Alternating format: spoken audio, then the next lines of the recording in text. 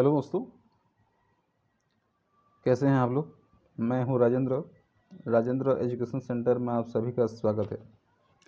चलिए आज बात करते हैं भारत और बांग्लादेश के जो रिश्ते हैं उस रिश्ते के बारे में, और बांग्लादेश कैसे आज़ाद हुआ था। ईस्ट पाकिस्तान और वेस्ट पाकिस्तान पहले थे, उसमें से ईस्ट पाकिस्तान से वेस्ट पाकिस्तान कैसे आज़ाद हुआ था उसके बारे में आज जानते हैं।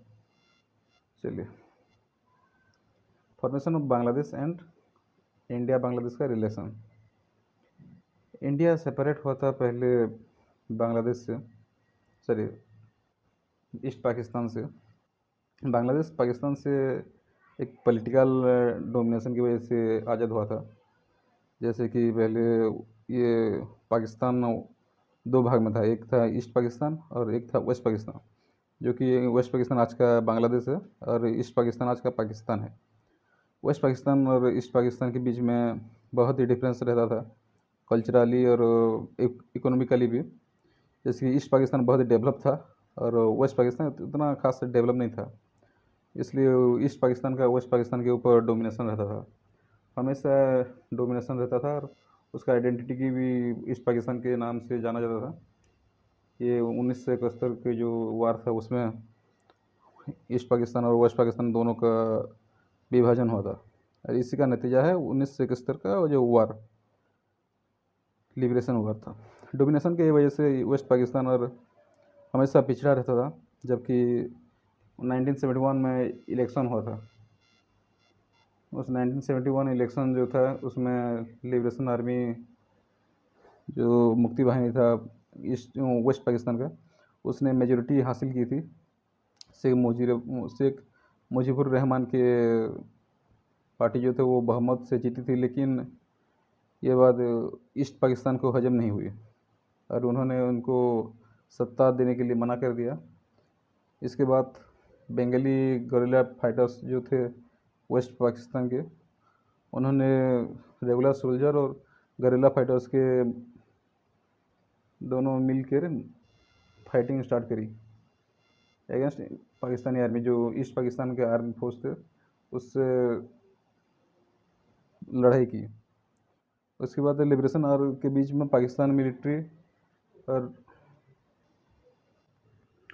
लिबरेशन के बीच में जो पाकिस्तान और बांग्लादेश के वार चल रहा था, इसके बीच में पाकिस्तानी आर्मी और रजाकार के द्वारा लगभग 2 लाख से 4 लाख बंगाली वुमन का रेप हुआ था, जीनोसाइड रेप। इसकी वजह से कुछ ने सुसाइड कर लिया और कुछ ने देश छोड़ के चले गए।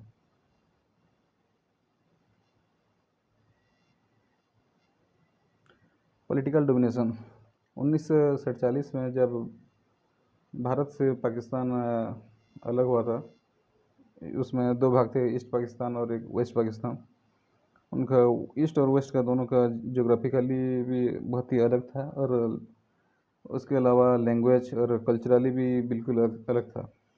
जबकि वेस्ट पाकिस्तान और जो ईस्ट पाकिस्तान है, west Pakistan Bangladesh border Bengal partition के टाइम पे इंडिया से पूरी तरह से अलग हुआ था, और उसका जो बॉर्डर है वो बॉर्डर उस बंगाल पार्टीशन के टाइम पे सरकार में बनाया गया था। 1970 इलेक्शन में वेस्ट पाकिस्तान ने मेजोरिटी में जीता था, लेकिन उसके बाद भी उन्होंने उनको सत्ता नहीं दी, तो उसके बाद वार, सिविल वार हुआ। उसके बाद उसी लिबरेशन वार की वजह से बहुत ही रिफ्यूजी भारत में चले गए थे, जो कि भारत की बहुत ही बड़ी टेंशन थी। लगभग 2.5 मिलियन रिफ्यूजी इंडिया में घुस गए थे। ये भारत सरकार के लिए बहुत ही चिंतादायक थी। रिफ्यूजी प्रेशर के चलते भारत सरकार ने ईस्ट पाकिस्तान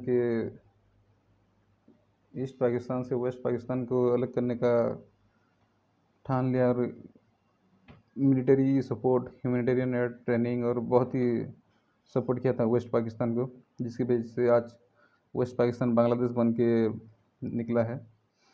और फाइनली दिसंबर 1971 को मुक्ति वाहिनी का गठन हुआ, और उसी मुक्ति वाहिनी के गठन से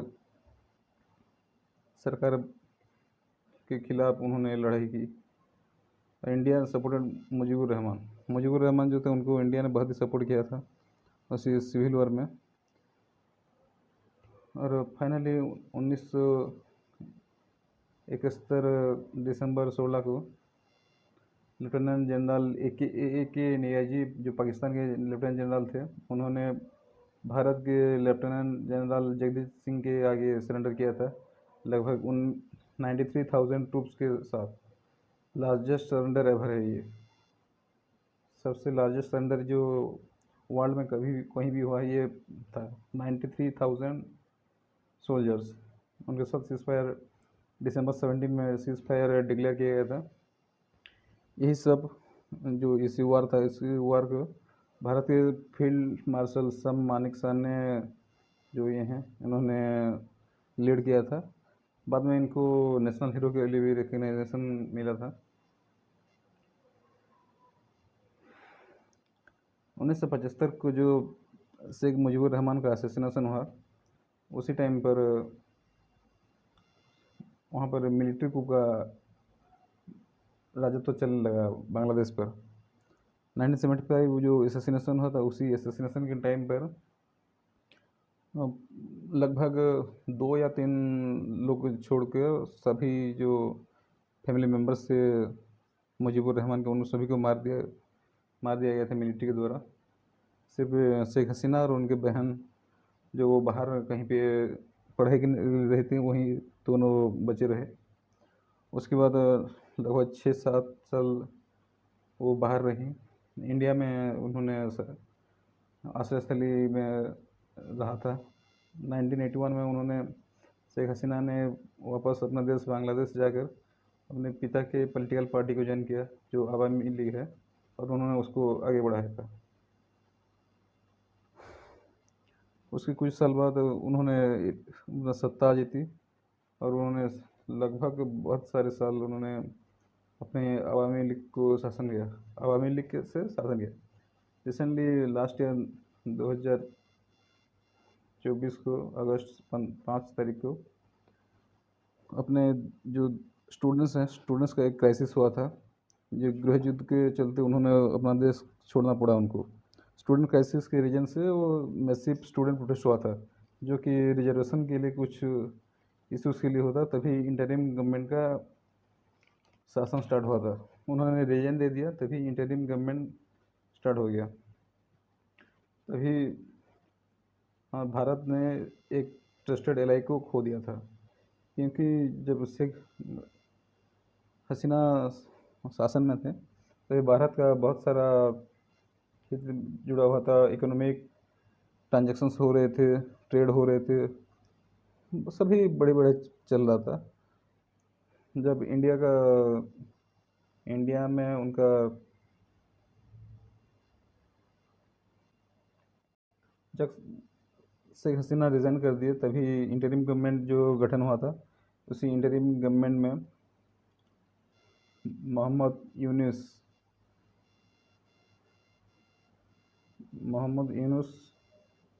उसका हेड बने। और वो एक तरफ के एंटी इंडिया सेंटिमेंट है उनका, जो कि pro China and anti India उनका सेंटिमेंट है। इसकी वजह से जियो पोलिटिकली भी इंडिया को बहुत नुकसान हुआ है और आगे भी हो सकता है। इकोनॉमिक बर्डन जो 1971 से पहले सभी इंडिया ने बांग्लादेश के हित में बहुत सारे काम किए थे उस समय। जियो पोलिटिकली भी इंडिया ने बांग्लादेश का बहुत मदद की थी। इंडिया की फॉरेन पॉलिसी सिक्योरिटी भी उसके साथ जुड़े हुए हैं। लॉन्गेस्ट बॉर्डर भर इंडिया का लॉन्गेस्ट बाउंड्री शेयर करता है बांग्लादेश के साथ। इकोनॉमिकली भी लार्जेस्ट ट्रेडिंग पार्टनर है साउथ एशिया में। Bangladesh second trading partner in Asia, और साउथ एशिया में ये फर्स्ट है और एशिया में सेकेंड है। इससे सबसे बड़ी हित जो है इंडिया और बांग्लादेश का, उसमें जो जब एंटी इंडिया मूवमेंट आएगा तो तभी चाइना का डोमिनेशन बढ़ेगा। तो चाइना का एक प्लान है जो कहते हैं string of pearls strategy. String of pulse strategy China का एक प्लान है जो कि मैक्सिमम कंट्री के साथ मिलकर उनका मिलिट्री बेसिस में मदद करना, ट्रेड फैसिलिटी का जो ट्रेड फैसिलिटी हेल्प करना, ये सब उसका प्लान है।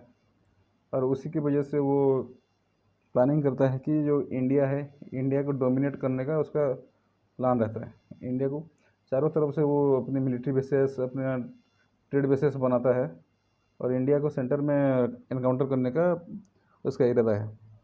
बेसिकली चाइना की जो ट्रेड पॉलिसीज़ हैं, इसमें एक है वो डेब्ट ट्रैप में फंसाता है, और डेब्ट ट्रैप में फंसाने के बाद वो उस देश का जो किसी भी पोर्ट का वो लीज में लिया होगा, उसी पोर्ट को अख्तियार कर लेता है। जैसे कि रिसेंटली हुआ था हमारे नेबर कंट्री श्रीलंका में, उसमें श्रीलंका का ट्रेड फैसिलिटी दे के डेब्ट ट्रैप में फंसाया था। उसके बाद वो जो उनका पोर्ट है हम्बनटोटा पोर्ट, उस हम्बनटोटा पोर्ट को लगभग 99 साल के लिए लीज में ले लिया था, और उसके बाद उसको अख्तियार करने का वो जो उसका प्रोसेस है, एज यूजल प्रोसेस वो स्टार्ट कर दिया है। यही है चाइना का स्ट्रिंग ऑफ पॉल स्ट्रैटेजी। इसे वो इंडिया को एनकाउंटर करने का उसका कोशिश है। चलिए, thank you guys, like and subscribe.